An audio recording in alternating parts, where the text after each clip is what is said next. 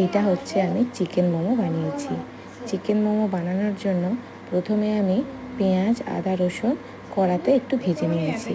লালচে মতো হয়ে ভেজে যাওয়ার পর আমি সেইগুলোকে মিক্সার গ্রাইন্ডারে দিয়ে দিয়েছিলাম।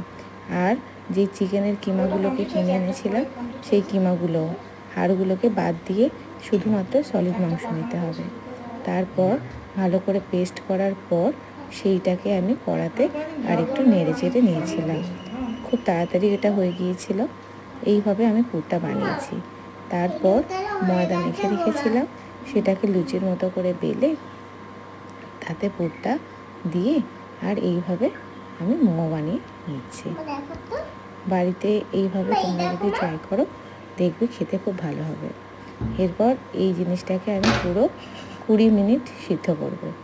20 মিনিট সিদ্ধ করার পর আমার হয়ে যাবে গরম গরম চিকেন মোমো।